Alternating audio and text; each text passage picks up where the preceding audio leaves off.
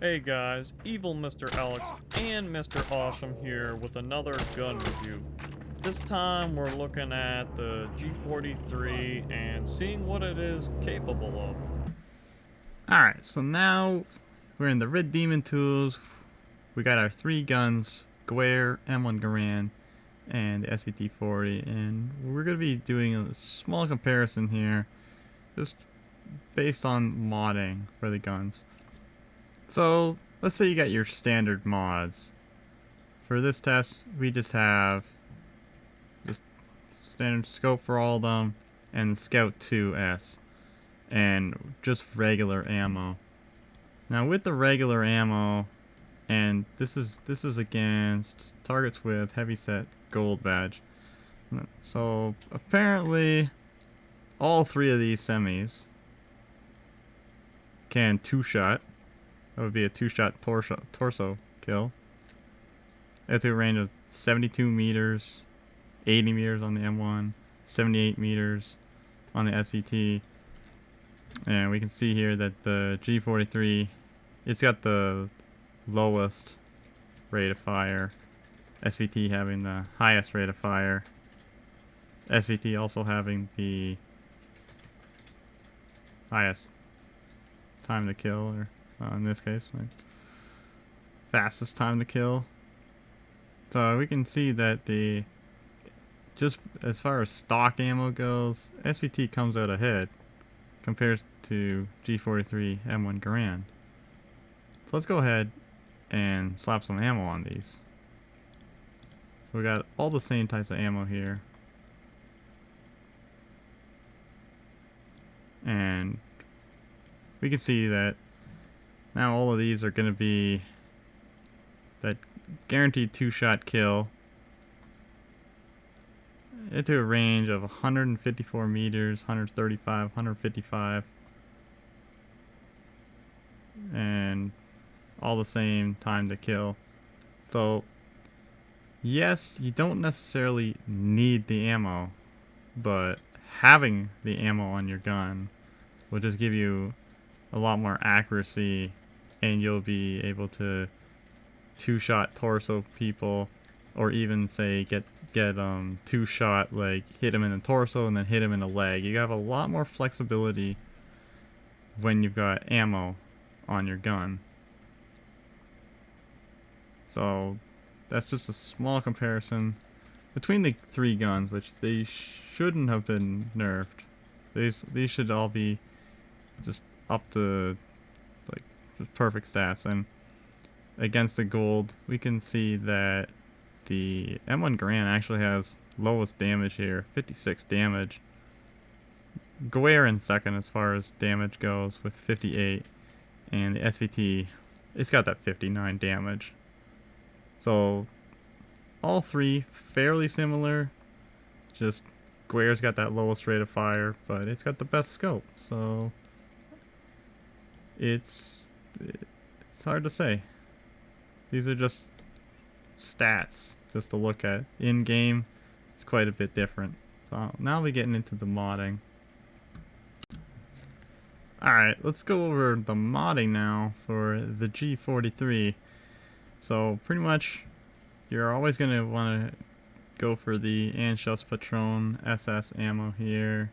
This is going to give you your precision and your damage, which the damage is pretty important with the G43 just because it's got lower damage compared to the other semi-autos, and you need all the extra damage you can get with this thing.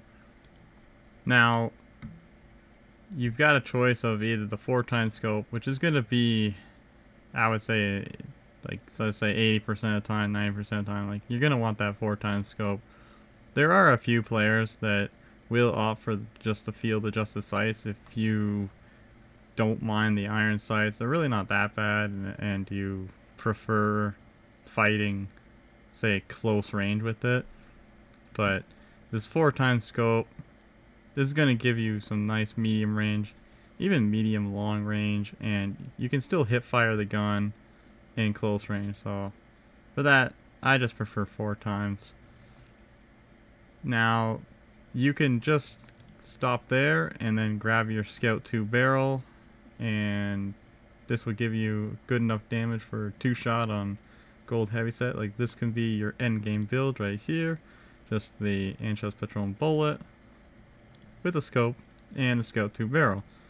And this will give you your 225 RPM, which is actually fairly decent. Now, there are other mods that you can put on the gun. You can add a trigger. This will boost it up to 266. You can also add a light and spring. That would boost it up to 342. And 342, that's pretty crazy as far as rate of fire go.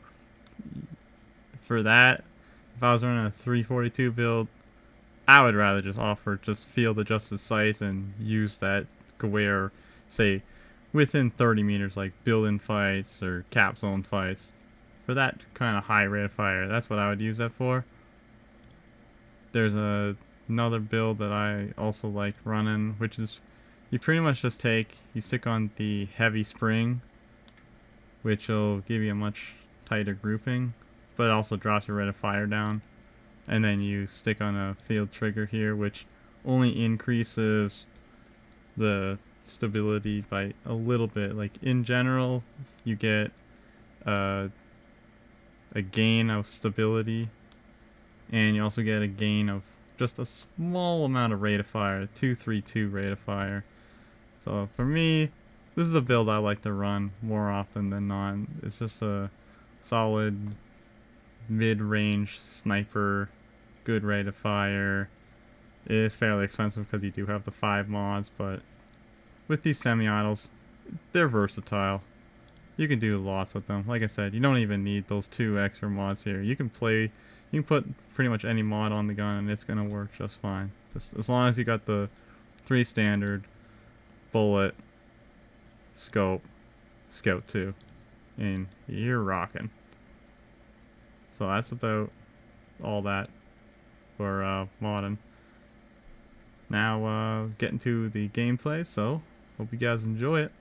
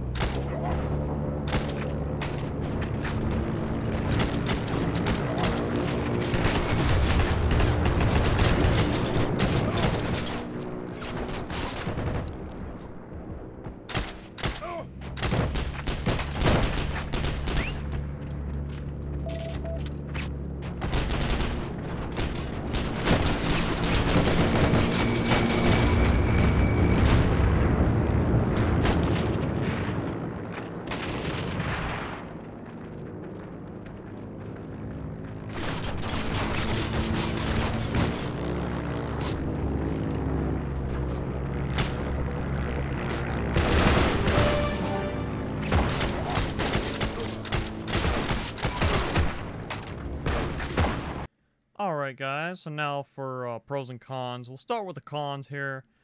It's decently expensive as far as repair cost. The repair cost should be about, let's just say 60%, 65%. It really does depend how many shots you hit, of course. So, keep that in mind. I think it has an ugly factory camo. Like, I'm not a fan of that nasty, disgusting banana color, that nasty yellow color. So, I mean, it's just my opinion. It doesn't really affect the gun anyway. It just changes the color if you want to, put a different skin on. It has a slower rate of fire in comparison to the other two semi-automatic weapons. Yeah, sure, you can still two-hit kill, but if you're fighting with close range, a Garand or SVT should beat you out, but it is possible to trade. It has a heavy recoil with, the main mods on. Like, if you're just going all out rate of fire and say you want to slap on a scope, you're gonna have some trouble trying to get follow-up shots, or even sometimes, like, getting your first shot in if you're, not careful enough. Applying the heavy spring will reduce rate of fire. As I said, it already has a lower rate of fire, so reducing the rate of fire even more makes it even crappier at fighting, close range. So it's really more of a sniping weapon once you hit, or once you put the heavy spring on. It doesn't have the same damage in comparison to the other two. I mean, the damage isn't really that different, but apparently the damage is different enough that a Gewehr, I believe, has to hit a person in the torso twice to kill them, where, say, a Garand, you can hit somebody in the arm and the torso and then they'll die, instead of 2 times in the torso. It has a crappy iron sight, in my opinion. I don't really like the iron sight. I mean, you can hit shots, decently at a, closest range, but I find it hard to hit people at medium range. It's just, I don't know. It's just the way the iron sight is. It's just kind of weird for me. You might find it better, but I don't know. Scope. The scope is less useful at close range. Yeah, you have a 4 times scope. It's really for sniping. I mean, that's what the German scopes do. They are, all 4 times. So you want to be sniping. You have to hit shots in close quarters combat. You're going to be going up against other people using Garands and LMGs and submachine guns. It's very important to hit your shots, or else, you're going to get killed yourself if, you don't hit your shots. And, also take into account that you don't have a high rate of fire, so it really is that important to hit your shots. If you miss a shot, you're not gonna have the rate of fire to, like, pull out a 3rd or 4th shot if you miss. So just keep that in mind too. This gun it's more of a long range weapon. It's not really for close range because of the other things I mentioned. Alright, going on to pros now. It's a good jack of all trades weapon. I mean, all the starting weapons, they all can do a bit of everything. They have range, they have good damage at range, they have good damage at close range. I mean, all you have to do is just 2-hit kill a person, what is it, 150 meters, say? So within 150 meters, that's actually a good amount of range for the damage. This gun can fire fast with the rate of fire mods. The guns can fire fast, so you can beat out guns like Johnsons and LMGs, assuming, you actually do fire first. It really is about seeing first and firing first. This gun has some variety, as I said, you can mod it for accuracy, like super long range if you have the heavy spring, or you could try to go for, close quarters combat, high rate of fire, without a scope, or even just kind of just play it a bit dumb where you just have all rate of fire mods and you have the scope, so you're trying to achieve both worlds where you have, sniping capabilities and fast firing capabilities. Or you could go with kind of like my last suggestion where it's like just a budget rifle. All you have is the bullet mod and the barrel mod, so you can try to save on costs and such. I find this gun is an okay grind. I mean, like, to get the specialist ribbons, it's pretty easy. I mean, especially if you pop a booster. So you should be able to get through the specialist thing in like one day if you really work at it. Applying heavy spring makes the gun much more accurate. I've already talked about that a bit. It is very good at keeping the gun stable. You can actually get follow-up shots really easy if you're firing at medium or a long range and you want to, kill an enemy that's trying to snipe you in the head or something. It's a low equipment point weapon. It is 5 equipment points just to have one pouch of ammo.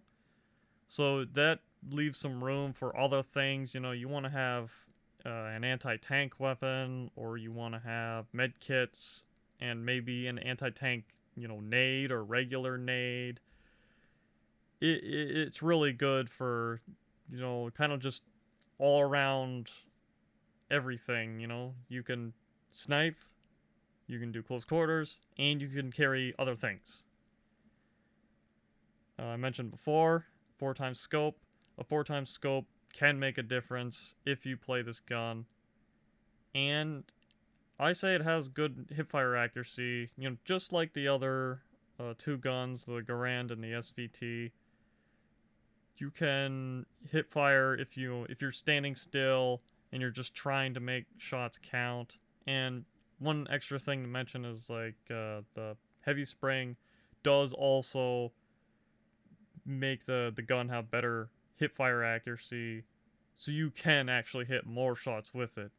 Thanks for watching the review, guys. We hope to do reviews on the other SA rifles pretty soon, so stay tuned.